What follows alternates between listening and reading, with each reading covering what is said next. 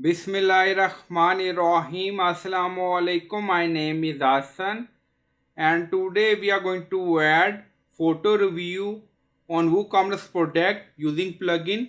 So we are going to allow customer to post photo review on our product. Before starting work, as my request, please subscribe my channel. Thank you. Now back to our work. So this is our product page and this is our review section. Now you see review. So we are going to add photo functionality on review section.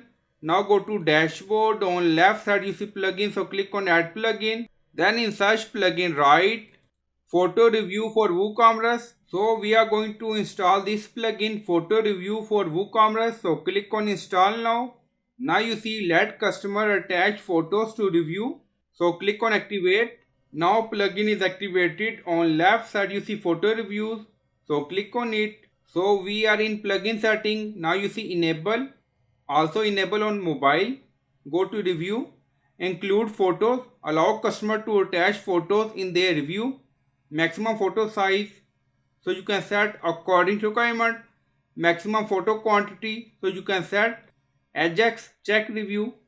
If you want, you can enable this option. Allow checking review content customer information and restrict number of review without reloading the page. Ajax upload photo required. If you want, you can enable this option. Review must include photo to be uploaded. Sort review by. So you can do setting according to requirement. Show review date. You see multiple option and then click on save. And then you see rating count and filter. Rating count enable. Overall rating enable. Rating count bar color. So you can set color scheme filter and then click on save. And then you see coupon for review.